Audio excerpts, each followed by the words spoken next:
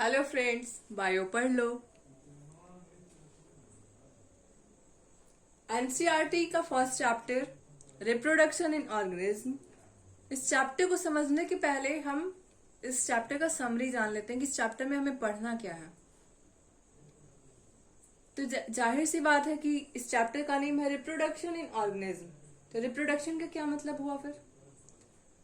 री means again and production means generation. It is a process, it is a biological process of all the organism for continuation of a species. It is necessary for continuity of a species. It is a process in which organism give rise to young ones similar to itself. इस process में क्या होता है कि organism जो होते हैं, जो पेरेंट होते हैं, वो रिप्रोड्यूस करते हैं और एक नया ऑफस्प्रिंग प्रोड्यूस करते हैं. नेक्स्ट जो टॉपिक है जो इसमें हमें पढ़ना है वो है लाइफ स्पैन. तो लाइफ स्पैन क्या है? किसी भी ऑर्गेनिज्म का लाइफ स्पैन हम क्या कहेंगे? The period between birth and its natural death of that organism is called life span. The period between birth and natural death. गौर कीजिएगा, नेचुरल डेथ. किसी का भी सडन डेथ कभी भी उसके लाइफ स्पैन में कंसिडर्ड नहीं होता है.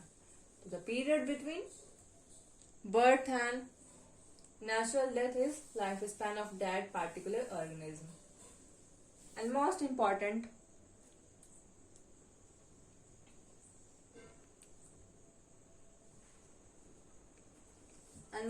important thing is that lifespan of organisms are not necessarily correlated with their sizes. क्या मतलब हुआ इसका? कि कभी भी शेप एंड साइज से लाइफ स्पैन को हम कंसिडर नहीं कर सकते हैं. लाइफ स्पैन कभी भी, जैसे एग्जाम्पल हो गया पैरट एंड क्रो. तो पैरट का लाइफ स्पैन होता है 140 ईयर्स एंड क्रो का होता है 15 ईयर्स, अप्रोक्सीमेटली 15 ईयर्स होता है. दोनों का शेप साइज तो सेम है, लेकिन दोनों का जो लाइफ स्पैन है वो डिफरेंट है. कुछ ट्रीज हो गए जैसे बनियान ट्री का 200 ईयर्स, तो किसी का भी शेप साइज उसके लाइफ स्पैन को डिसाइड नहीं कर सकता है. उस बेसिस पे हम डिसाइड नहीं कर सकते कि उस पार्टिकुलर ऑर्गेनिज्म का लाइफ स्पैन क्या होगा.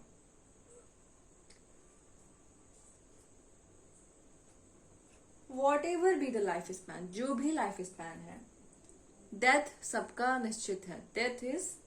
Death of every individual organism is a certainty. No individual is immortal here. No, except single-celled organism.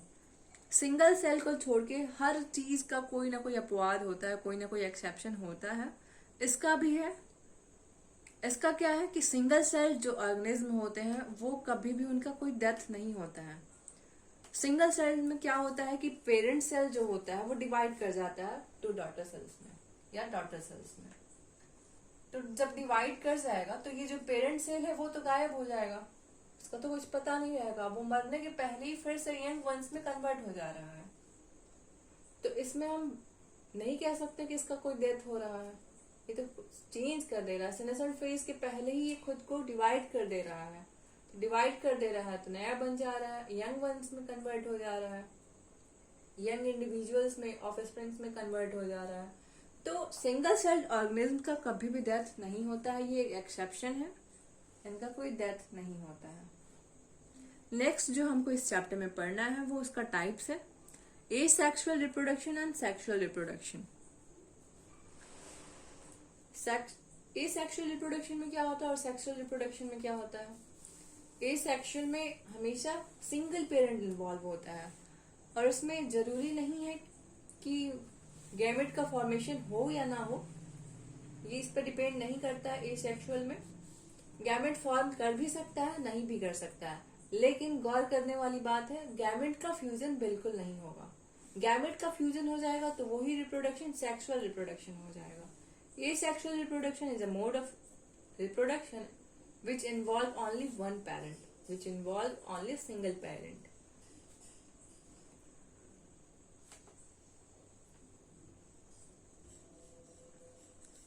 उसके जो ऑफ स्प्रिंग्स होते हैं, offspring form by asexual reproduction are genetically identical to the parent and are referred to as clones.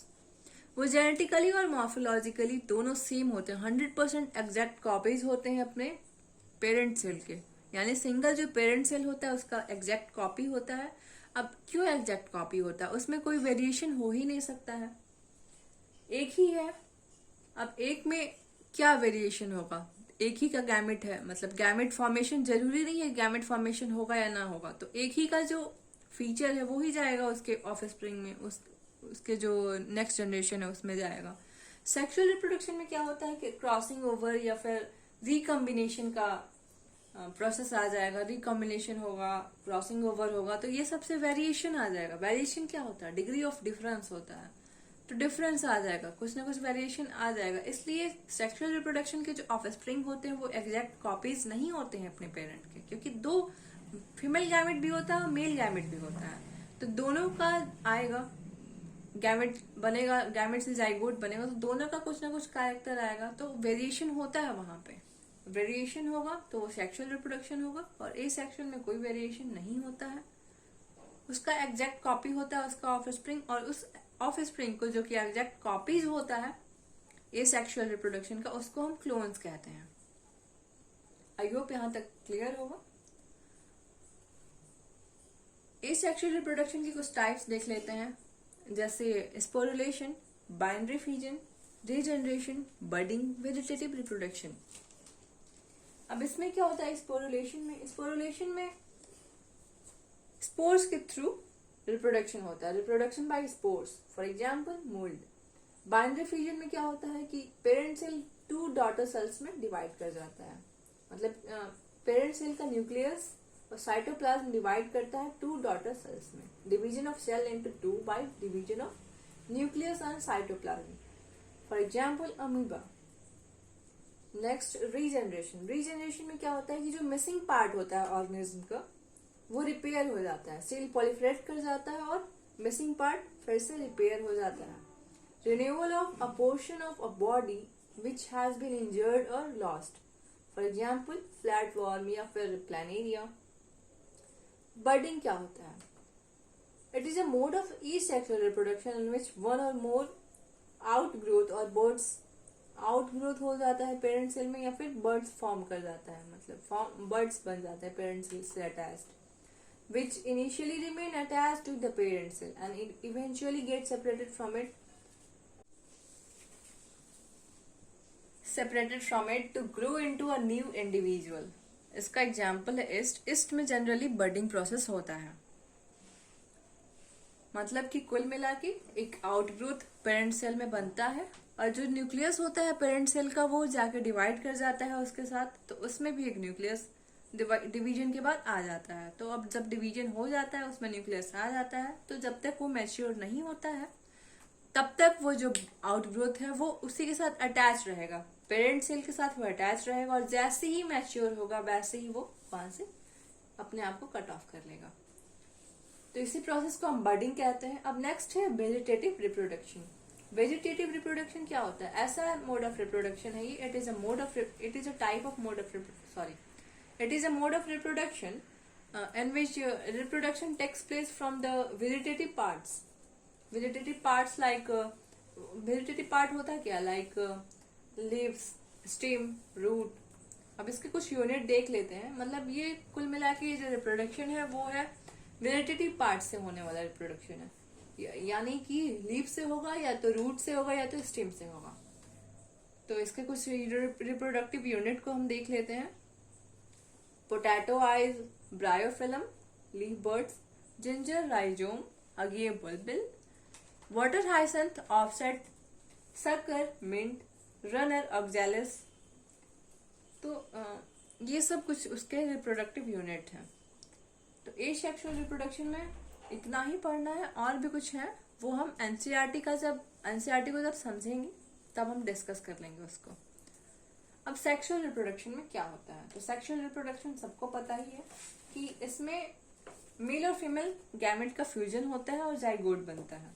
तो इस chapter में हमें क्या पढ़ना है सेक्सुअल रिप्रोडक्शन में कि इसमें मतलब जब भी हम सेक्सुअली रिप्रोड्यूस करने के पहले एक ग्रोथ होता है, मतलब हमारे बॉडी में एक ग्रोथ होता है, मैच्योरिटी आती है। तो जब तक वो स्टेज होता है, the stage of growth and maturity, all organisms go through a phase in which they attain some growth and maturity in their life, and that is called juvenile phase. That phase is called juvenile phase. मतलब कि sexually reproduce करने के पहले एक certain phase होता है किसी भी ऑर्गेनिज्म में जो सेक्सुअली रिप्रोड्यूस करते हैं। उसके पहले एक फेज होता है जिसमें वो सर्टेन मतलब सर्टेन ग्रोथ को और सर्टेन मैच्योरिटी को वो अटेन करते हैं। तो उस फेज को हम जुवेनाइल फेज कहते हैं, और वही प्लांट्स में जुवेनाइल फेज को वेजिटेटिव फेज कहते हैं। अब क्या होता है कि नॉन प्राइमेट्स जो होते हैं जैसे काउस, शिप एंड डॉग्स, तो इसमें जो फीमेल रिप्रोडक्टिव साइकिल होता है उसको हम ऑस्ट्रस साइकिल बोलते हैं। नॉन प्राइमेट्स में हम फीमेल रिप्रोडक्टिव साइकिल को ऑस्ट्रस साइकिल कहते हैं, और वही प्राइमेट्स में जैसे मंकी, ह्यूमंस, एप्स, तो ये सब में फीमेल जो रिप्रोडक्टिव साइकिल होता है उससे हम मेंस्ट्रुअल साइकिल कहते हैं। तो यही पढ़ना है सेक्सुअल रिप्रोडक्शन में, कुछ मेन जो फेजेस पढ़ना है फेजेस के बारे में या साइकिल के बारे में। बाकी जो उसका इवेंट पढ़ना, हमें सेक्सुअल रिप्रोडक्शन में कौन कौन से इवेंट्स होते हैं। तो नॉर्मली 10 तक सबको यही पता होगा कि फर्टिलाइजेशन होता है, और फर्टिलाइजेशन के पहले क्या होता है, फर्टिलाइजेशन होने के बाद क्या होता है, ये हमें इस चैप्टर में पढ़ना है।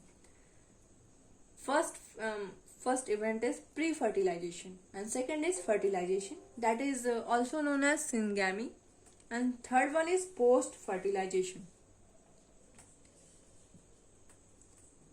प्री-फर्टिलाइजेशन में क्या होता है, फर्टिलाइजेशन सेकंड है जो, तो अब फर्टिलाइजेशन के पहले कुछ ना कुछ होना चाहिए ना। फर्टिलाइजेशन में क्या होता है, फ्यूजन हो जाता है मेल और फीमेल गैमेट का।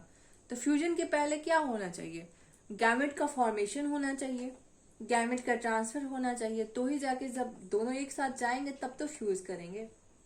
तो जब तक ट्रांसफर नहीं होगा, जब तक फॉर्मेशन नहीं होगा गैमेट्स का, तब तक फर्टिलाइजेशन होगा ही नहीं, सिंगैमी होगा ही नहीं। तो pre fertilisation is the first event, and second one is fertilisation, and third one is post fertilisation. Post fertilisation में क्या होता है कि जो फर्टिलाइजेशन के बाद का जो प्रोसेस होता है वो पोस्ट फर्टिलाइजेशन में होगा। जाइगोट तो बन गया, फर्टिलाइजेशन के बाद फ्यूजन हो गया, जाइगोट बन गया। तो जाइगोट के बाद क्या होगा, जाइगोट का डेवलपमेंट होगा, एम्ब्रियोजेनेसिस होगा। मतलब कि जाइगोट से एम्ब्रियो बनने का जो प्रोसेस होता है, मतलब जो डेवलपमेंट होता है एम्ब्रियो के, उस प्रोसेस को हम एम्ब्रियोजेनेसिस कहते हैं। तो वही हमें पढ़ना है। हम जब डिस्कस करेंगे एनसीईआरटी, जब हम उसको समझेंगे एनसीईआरटी को लाइन बाय लाइन, तो हम इस इवेंट्स को डिस्कस करेंगे। तो कुल मिला के यही समझना है इसमें सेक्सुअल रिप्रोडक्शन में कि इसका जो मेन 3 इवेंट होता है, pre fertilisation, fertilisation and post fertilisation. Fertilisation is also known as syngamy. Pre fertilisation, इसमें मतलब कौन कौन से 2 मेन प्रोसेस हैं, या फिर इसमें जो 2 इवेंट है, गैमेटोजेनेसिस है और गैमेट का ट्रांसफर है, गैमेट ट्रांसफर है। फर्टिलाइजेशन में संगैमी यानी फर्टिलाइजेशन ही है, फॉर्मेशन ऑफ जाइगोट है। पोस्ट फर्टिलाइजेशन इवेंट्स में क्या है, जाइगोट डेवलपमेंट है और एम्ब्रियोजेनेसिस है। और कुछ मतलब नॉर्मल पॉइंट्स हैं, जैसे एक्सटर्नल फर्टिलाइजेशन और इंटरनल फर्टिलाइजेशन में क्या अंतर है, क्या डिफरेंस है दोनों में। तो जब बाहर होता है, बॉडी के बाहर जब फ्यूजन ऑफ गैमेट्स होता है तो वो एक्सटर्नल फर्टिलाइजेशन है। When fusion of gametes occur outside the body of an organism, it is called external fertilisation. और वही इंटरनल फर्टिलाइजेशन में क्या होता है कि जब बॉडी के अंदर फ्यूजन होता है मेल और फीमेल गैमेट का, तो वो इंटरनल फर्टिलाइजेशन है। अब ये सब मतलब एक्सटर्नल फर्टिलाइजेशन में इसका कुछ क्वेश्चन आएगा आपका एनसीईआरटी में कि इसमें क्या खतरा होता है एक्सटर्नल फर्टिलाइजेशन में। तो जो प्रेडेटर्स होते हैं, जो मतलब अब बाहर फ्यूजन होगा तो बाहर एक प्रोड्यूस होगा या फिर गैमेट्स का मतलब रिलीज किया जाएगा। Large number of both male and female gametes are released into surrounding medium, जिससे ये जनरली वाटर में ही होगा। तो ज्यादा मात्रा में उसको प्रोड्यूस किया जाता है, ताकि मतलब कि अब क्यों ऐसे ज्यादा मात्रा में प्रोड्यूस किया जाता है, क्योंकि प्रेडेटर्स का खतरा होता है। The offsprings are extremely vulnerable to predators threatening their survival. तो इसलिए ज्यादा मात्रा में उसको मतलब लार्ज क्वांटिटी में रिप्रोड्यूस किया जाता है, रिलीज किया जाता है मेल और फीमेल गैमेट का बाहर फर्टिलाइजेशन जब होता है तो इसमें प्रेडेटर्स का खतरा होता है। अब जैसे इसका एग्जांपल है जो एक्सटर्नल फर्टिलाइजेशन जो करते हैं बोनी फिशेस, फ्रॉग्स और एल्गे के बहुत सारे मतलब स्पेसीज होते हैं। मेजोरिटी ऑफ एल्गे भी मतलब एल्गे भी ये एक्सटर्नल फर्टिलाइजेशन करता है। प्रेडेटर्स क्या होता है मतलब जो शिकार करके उसको खा जाएंगे, मार देंगे, तो वो सब प्रेडेटर्स में मतलब इंक्लूडेड हो जाएगा, ये तो सबको पता ही होगा। इंटरनल फर्टिलाइजेशन में क्या होता है कि स्पर्म्स लार्ज लेवल पे In internal fertilization, number of sperms produced are very large and number of eggs produced are less। मतलब कि उसमें स्पर्म का जो नंबर जो प्रोड्यूस होता है, स्पर्म ज्यादा क्वांटिटी में, लार्ज क्वांटिटी में प्रोड्यूस किया जाता है इंटरनल फर्टिलाइजेशन में, और एक कम नंबर में मतलब लेस क्वांटिटी में प्रोड्यूस किया जाता है। और इसमें ऑफस्प्रिंग वेल प्रोटेक्टेड होता है। मतलब कंपैरिजन किया जाए एक्सटर्नल फर्टिलाइजेशन के ऑफस्प्रिंग से तो ये वेल प्रोटेक्टेड होता है, इसके ऑफस्प्रिंग वेल प्रोटेक्टेड होते हैं। For example birds, mammals. अब इसमें और कुछ है, ओविपेरस एनिमल्स हैं, विविपेरस एनिमल्स हैं। तो ओविपेरस वैसे एनिमल्स होते हैं जो एक फर्टिलाइज करते हैं, और विविपेरस जो होते हैं वो यंग वंस को बर्थ मतलब यंग वंस को जन्म देते हैं। और जैसे फर्टिलाइज्ड एग जो होते हैं उसमें कैल्केरियस सेल होता है। यही है इसका कुछ एग्जांपल। जैसे ओविपेरस का एग्जांपल हो जाएगा रेप्टाइल्स, बर्ड्स। विविपेरस का एग्जांपल ह्यूमंस हो सकता है। और इसमें क्या होता है ओविपेरस में कि जो चांसेस होते हैं सर्वाइवल के यंग वंस के वो बहुत कम होते हैं, क्योंकि वो जो अंडा देती है, वो जो एग ले करती है, वो इन्वायरमेंट में करती है। तो वहां भी वही खतरा है, प्रेडेटर्स का खतरा है कि कोई शिकार कर दे या फिर कोई मतलब कोई किसी प्रकार का हानि न पहुंचा दे, हार्म न कर दे उसको। तो इन्वायरमेंट में वो अंडा देगी तो इन्वायरमेंट में देगी तो कुछ ना कुछ उसको खतरा रहेगा ही। विविपेरस में यंग वंस को बर्थ दिया जाता है, और इसमें थोड़ा जो सर्वाइवल का जो चांस होता है यंग वंस का वो ज्यादा होता है, क्योंकि प्रॉपर उसको केयर मिलता है, प्रॉपर एम्ब्रियोनिक केयर मिलता है उस पार्टिकुलर यंग वंस को, और प्रोटेक्शन भी मिलता है मदर्स बॉडी के अंदर। तो उसका जो चांस होता है सर्वाइवल का वो ज्यादा होता है। और इसका जो एग्जांपल है मतलब मेजोरिटी ऑफ मैमल्स होता है, ह्यूमंस को इंक्लूडेड, मतलब ह्यूमंस उसमें इंक्लूडेड होते हैं।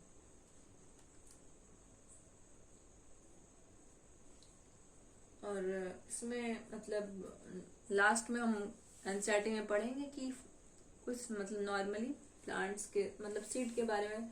तो fertilised ovule develop into seed and ovary develop into fruit, ये नॉर्मली है। और जो मतलब आउटर मोस्ट प्रोटेक्टिव कवरिंग होता है फ्रूट का, उसको पेरिकार्प कहते हैं या फिर फ्रूट वॉल कहते हैं।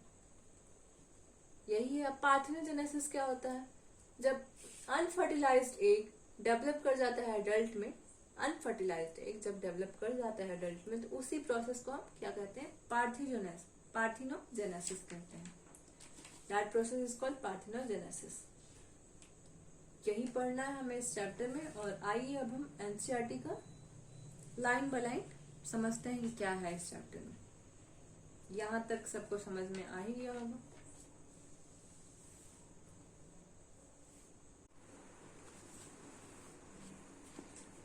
First chapter reproduction in organism. अब इसका एनसीईआरटी से हम समझ लेते हैं कि कैसे है क्या है। देखिए, each and every organism can live only for a certain period of time. ये मैंने बताया कि एक सर्टेन पीरियड ही होता है, किसी कोई भी लाइफ स्पैन मतलब कोई भी जिंदा रहता है एक सर्टेन पीरियड तक ही, उसके बाद मतलब डेथ सर्टेन है कि मरना ही मरना है। The period from birth to the natural death of an organism represent its life span. जो पीरियड होता है बर्थ से लेकर नेचुरल डेथ का, ध्यान दीजिएगा नेचुरल डेथ तक का, सडन डेथ नहीं। तो जो पूरा पीरियड है बर्थ से लेकर नेचुरल डेथ तक वो हम उसे लाइफ स्पैन कहते हैं। लाइफ स्पैन कभी भी उसके शेप साइज पे डिपेंडेंट नहीं होता। किसके शेप साइज पे, मतलब ऑर्गेनिज्म के, किसी के, हम लाइफ स्पैन के बारे में किसी ऑर्गेनिज्म के लाइफ स्पैन के बारे में हम बात कर रहे होते हैं तो उसके शेप साइज से हम नहीं बता सकते हैं कि वो छोटा है तो कम साल जिएगा या कम दिन जिएगा या कुछ ही घंटे जिएगा, तो वैसे हम नहीं बता सकते हैं। या फिर बड़ा है तो बहुत ज्यादा साल ही जिएगा, बिल्कुल वैसे हम नहीं बता सकते हैं उसको। लाइफ स्पैन ऑफ, ये तो नेक्स्ट पेज में कुछ लाइफ स्पैन दिए गए हैं, उन्हें हम फिल कर लेंगे। मैंने फिल कर लिया है, आप लोग भी फिल कर लीजिएगा। Isn't it both interesting and intriguing to note that it may be as short as a few days or as long as a few thousand years? ये मतलब ऐसा कोई इंटरेस्टिंग नहीं लग रहा है आपको कि मतलब बहुत कम है, कुछ दिनों का भी लाइफ स्पैन हो सकता है और सालों साल, हजारों साल का भी लाइफ स्पैन हो सकता है।